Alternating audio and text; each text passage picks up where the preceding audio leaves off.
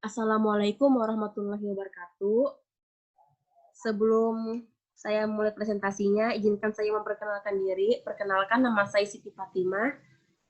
Saya di sini dari kelompok 1 bersama teman saya ingin mempresentasikan makalah kami yang berjudul Modal dan Sistem Perekonomian di Indonesia. Sebelum lanjut ke pembahasan, saya akan menjelaskan dahulu pendahuluan atau latar belakang apa sih itu sistem ekonomi. Sistem ekonomi adalah suatu sistem yang memiliki spesialisasi yang tinggi. Hal ini berarti tidak ada seorang pun yang mampu memproduksi semua apa yang dikonsumsinya atau mengonsumsi apa yang diproduksinya. Sehingga pertukaran barang dan jasa dalam kehidupan manusia menjadi hal yang sangat penting. Awalnya, sistem pertukaran barang dan jasa dilakukan dengan sistem barter atau sistem pertukaran barang dan jasa tanpa adanya alat tukar berupa uang. Sistem pertukaran ini dinilai sangat kompleks, tidak efisien, dan tidak efektif dalam sistem perekonomian modern. Lanjut ke pembahasan definisi sistem ekonomi. Definisi sistem ekonomi ini ada pengertian sistem ekonomi, ada juga pengertian menurut para ahli. Pengertian sistem ekonomi adalah cara suatu negara mengatur kehidupan ekonominya dalam rangka mencapai kemakmuran. Pelaksanaan sistem ekonomi suatu negara tercermin dalam keseluruhan lembaga-lembaga ekonomi yang digunakan untuk mencapai tujuan yang telah ditetapkan. Sistem perekonomian negara dipengaruhi oleh beberapa faktor, antara lain ideologi atau falsafah hidup bangsa, sifat dan jati diri bangsa, serta struktur ekonomi. Selain faktor produksi, sistem ekonomi juga dapat dibedakan dengan cara sistem sudah diatur produksi dan alokasi. Sebuah sistem terencana ekonomi direncanakan akan memberikan hak pemerintah untuk mengatur faktor-faktor produksi dan alokasi produksi. Sedangkan ekonomi pasar, market ekonomi, pasarlah yang mengatur faktor-faktor produksi dan alokasi barang dan jasa melalui penawaran dan permintaan. Suatu sistem ekonomi tidaklah berdiri sendiri, sebab berkaitan dengan falsafah atau pandangan hidup masyarakatnya. Sebuah sistem ekonomi sesungguhnya merupakan salah satu unsur saja dalam sistem kehidupan masyarakat. Dengan kata lain, sistem ekonomi merupakan bagian dari kesatuan ideologi kehidupan bermasyarakat pada suatu negara atau bangsa. Sistem ekonomi yang dianut suatu negara biasanya bersifat khas untuk membedakan dengan sistem ekonomi yang diterapkan oleh negara lain. Bisa digunakan sudut pandangnya yang menyangkut. 1. Sistem pemilikan sumber daya atau faktor-faktor produksi. 2. Kebebasan masyarakat untuk saling berkompetisi satu sama lain. 3. Peranan pemerintah dalam mengatur kehidupan ekonomi. Berikut ini terdapat beberapa pengertian sistem ekonomi menurut para ahli, terdiri atas 1. Menurut Tumairi, sistem ekonomi adalah sistem yang mengatur dan hubungan ekonomi antara manusia dan pembentukan kelembagaan dalam suatu tatanan kehidupan. Maka dikatakan juga bahwa sistem ekonomi tidak harus berdiri sendiri, tetapi berkaitan dengan pandangan mereka, pola dan filsafat hidup di mana dia beristirahat. 2. Menurut Gelarso, sistem ekonomi adalah cara untuk mengkoordinasikan perilaku keseluruhan masyarakat, konsumen, produsen, pemerintah, bank, dan sebagainya. Dalam kegiatan menjalankan ekonomi, produksi, distribusi, konsumsi, investasi, dan sebagainya, sehingga menjadi suatu kesatuan yang teratur dan dinamis. Dalam kekacauan dapat dihindari. 2. Model umum sistem ekonomi. Model umum sistem ekonomi ini terbagi dua, yaitu 1. Model tertutup, 2. Model terbuka. 1. Model perekonomian tertutup. Produsen dan konsumen secara sederhana akan melakukan kegiatan penjualan dan pembelian di pasar yang saling mendukung untuk memenuhi kebutuhan dan kepentingan masing-masing.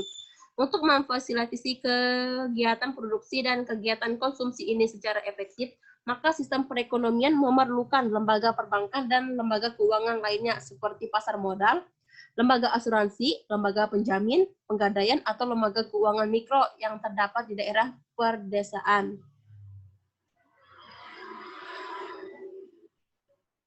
Dalam sistem perekonomian sederhana tersebut, dalam keadaan normal biasanya akan berjalan dengan sendirinya tanpa perlu pengaturan yang ketat dari pemerintah. Pasar dapat mengatur segalanya dengan baik dan sempurna. Pasar seolah-olah dalam sistem perekonomian ini akan bekerja secara otomatis melalui tangan kuat yang mengatur dari luar. Biasa disebut dengan the invisible hand. Kenyataan di lapangan, mekanisme pasar tidak dapat memberikan jaminan bahwa model sistem perekonomian sederhana ini dapat berjalan dengan sempurna, tanpa distorsi atau kerugian bagi kepentingan masyarakat yang lebih luas. Di banyak negara berkembang umumnya, terdapat kenyataan mekanisme pasar bebas yang tetap menghasilkan banyak kekurangan, kejanggalan maupun kecurangan atau kerugian di pihak konsumen. Dalam jangka panjang, sering terjadi kecenderungan pengelompokan produsen tertentu yang menguasai pasar-pasar secara dominan. Guna menetralisir atau mengurangi kemungkinan kerugian tersebut, maka diperlukan peranan pemerintah atau lembaga publik yang berfungsi melakukan koreksi-koreksi atas sistem pasar yang tidak efisien dan tidak adil. 2. Perekonomian terbuka. Dalam sistem perekonomian yang terbuka, kita melihat kemungkinan dari produsen untuk melakukan kegiatan ekspor barang dan produk dagangannya ke negara lain atau sebaliknya. Melakukan kegiatan impor, keperluan bahan mentah dan bahan penolong maupun bahan komponen mesin atau barang jadi dari luar negara kita. Dalam model terbuka ini, jasa perbankan dan lembaga keuangan dapat juga berasal dari sektor luar negeri, seperti kreditor-kreditor swasta luar negeri dan lembaga keuangan internasional seperti Asia Development Bank, ADB, World Bank International Monetary Fund, IMF, saat ini dihadapkan pada sistem perekonomian yang semakin menyatu, the world economy, yang biasa disebut dengan the global economy. Isu globalisasi dalam perekonomian ini, kegiatan para pelaku ekonomi dari luar negeri ini dapat diketahui dan dimonitor perubahannya melalui analisis pendapatan nasional, laporan neraca APBN, dan laporan neraca transaksi penjualan. C. Konsep serta sistem ekonomi di Indonesia. Konsep serta sistem ekonomi di Indonesia ini terbagi dua. Pertama, sistem ekonomi kapitalis atau liberal. 2. Sistem ekonomi sosialis. 3. Sistem ekonomi campuran. 1. Istilah sistem berasal dari perkataan sistema, bahasa Yunani yang dapat diartikan sebagai keseluruhan yang terdiri dari macam-macam bagian. Istilah sistem tersusun dari seperangkat komponen yang bekerja secara bersama-sama untuk mencapai semua tujuan dan keseluruhan sistem tersebut. 1. Sistem ekonomi kapitalis. Sistem ekonomi kapitalis atau juga disebut sistem ekonomi liberal adalah suatu sistem ekonomi yang kehidupan ekonomi masyarakat sangat dipengaruhi atau dikuasai oleh pemilik-pemilik kapital atau modal. Sistem ini mula-mula berkembang di Inggris pada pertengahan abad ke-18. Setelah Adam Smith yang dikenal sebagai bapak ilmu ekonomi menerbitkan buku The Wealth of Nations.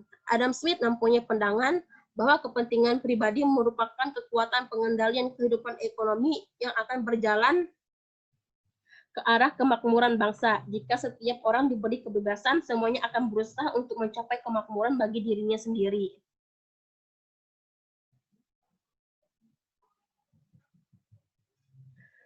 Tugas pemerintah adalah menjaga keamanan, menegakkan hukum, dan penyelenggaraan pekerjaan umum. A. Sistem ekonomi kapitalis atau liberal tersebut memiliki ciri-ciri pokok sebagai berikut. 1. Pemilikan alat-alat produksi tersebut seperti tanah, pabrik, mesin-mesin oleh pihak swasta baik perseorangan maupun perusahaan. Setiap orang memiliki kebebasan memiliki alat-alat produksi. 2. Adanya kebebasan berusaha dan bersaing. Setiap orang bebas memilih lapangan pekerjaan, mendirikan perusahaan, dan bebas bersaing dengan cara apapun. Produksinya dilaksanakan oleh para pengusaha swasta atas prakarsa dan tanggung jawabnya sendiri. B. Ekonomi yang ternyata memiliki keburukan. Konsentrasi pemusatan kekuasaan ekonomi pada kelompok tertentu. 2. Ketimpangan atau ketidakmerataan dalam pembagian pendapatan sehingga memperlebar jurang antara kelompok kaya dan kelompok miskin. 3. Kehidupan ekonomi sering tidak stabil, adanya gelombang konjungtur. 3. Negara-negara penganut ekonomi liberal. 1. Amerika. 2. Eropa. 3. Asia. 4. Kepulauan Oseania. 5. Afrika. D. Kelebihan sistem ekonomi liberal. 1. Setiap individu bebas menentukan perekonomian sendiri. 2. Setiap individu bebas memiliki alat produksi sendiri. 3. Kegiatan ekonomi lebih cepat maju karena adanya persaingan. 4. Produksi didasarkan kebutuhan masyarakat. 5. Kualitas barang lebih terjamin. 6. Kualitas pelayanan terjaminan. Kelemahan sistem ekonomi liberal. 1. Menimbulkan monopoli. 2. Terjadi kesenjangan. 3. Rentan terhadap krisis ekonomi. 4. Adanya eksploitasi. 5. Tindakan yang kurang sehat dalam persaingan. Selanjutnya, presentasi ini akan dijelaskan oleh teman sekelompok saya. Silahkan. 2. Sistem ekonomi sosialis. Sistem ekonomi sosialis yaitu sistem ekonomi di mana ekonomi diatur negara. Dalam sistem ini, jalannya perekonomian sepenuhnya menjadi tanggung jawab negara atau pemerintah pusat. Sistem ekonomi sosialis banyak diterapkan di negara-negara Eropa Timur yang pada umumnya menganut paham komunis. Kelemahan-kelemahan yang terdapat dalam sistem ekonomi kapitalis telah menyebabkan munculnya paham baru yang menentang paham tersebut. Paham baru ini dikenal dengan sistem ekonomi sosialis, yaitu sistem ekonomi terpimpin. Sistem ekonomi sosialis merupakan suatu sistem ekonomi di mana sebagian besar barang-barang modal atau faktor-faktor produksi dikuasai oleh negara yang ditunjuk untuk memenuhi kebutuhan masyarakat sebagai keseluruhan. Ciri-ciri sistem ekonomi sosialis. 1. Hak memiliki individu tidak diakui. 2. Seluruh sumber daya dikuasai negara. 3. Jalannya kegiatan perekonomian sepenuhnya tanggung jawab pemerintah. 4. Kegiatan ekonomi direncanakan dan diatur pemerintah. 5. Produksi dilakukan untuk kebutuhan masyarakat. 6. Kebijakan perekonomian disusun dan dilaksanakan pemerintah. Kelebihan sistem ekonomi sosialis. Pemerintah sepenuhnya bertanggung jawab terhadap perekonomian. Pemerintah bebas menentukan produksi sesuai kebutuhan masyarakat. 3. Pemerintah mengatur distribusi. 4. Mudah dalam mengelola pengendalian dan pengawasan. 5. Pelaksanaan terbangun lebih cepat. 6. Kebutuhan masyarakat dapat terpenuhi secara merata. Dan ada juga kelemahan sistem ekonomi sosialis. 1. Hak memiliki individu tidak diakui. 2. Individu tidak mempunyai kebebasan dalam berusaha. 3. Potensi dan kreativitas masyarakat tidak berkembang. 4. Jalur birokrasi panjang. Bagian C. Sistem ekonomi campuran.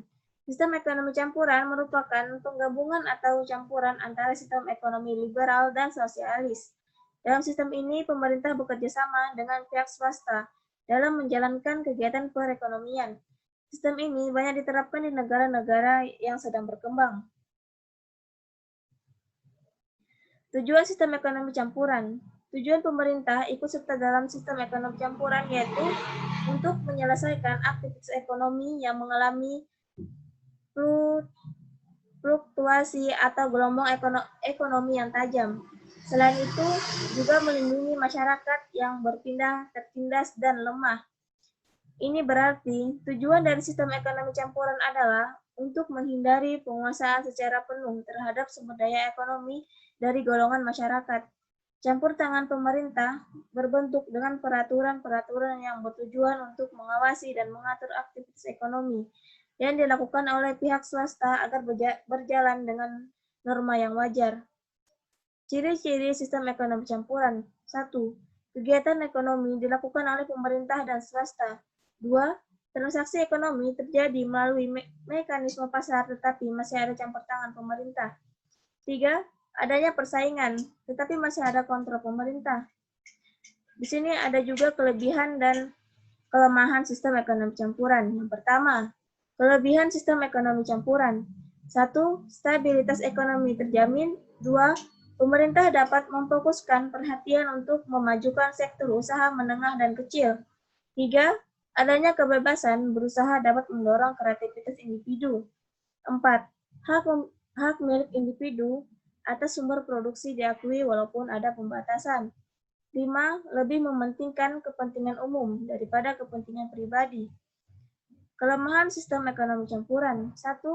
Sulit menentukan batas antara kegiatan ekonomi yang seharusnya dilakukan pemerintah dan swasta. 2. Sulit menentukan batas antara sumber produksi yang dapat dikuasai oleh pemerintah dan swasta. Bagian D. Sistem perekonomian Indonesia terbagi menjadi dua, yaitu sistem perekonomian Indonesia pada Orde Baru dan Demokrasi Pancasila. Yang pertama, perkembangan sistem ekonomi sebelum Orde Baru. Sejak berdirinya Negara Republik Indonesia, banyak sudah tokoh-tokoh negara pada saat itu telah merumuskan bentuk perekonomian yang terdapat bagi bangsa Indonesia, baik secara individu maupun melalui diskusi kelompok. 2. Sistem perekonomian Indonesia berdasarkan Demokrasi Pancasila. Sistem ekonomi yang diterapkan di Indonesia adalah sistem ekonomi Pancasila yang di dalamnya terkandung demokrasi ekonomi. Demokrasi ekonomi berarti bahwa kegiatan ekonomi dilakukan oleh dan rakyat di bawah pengawasan pemerintah.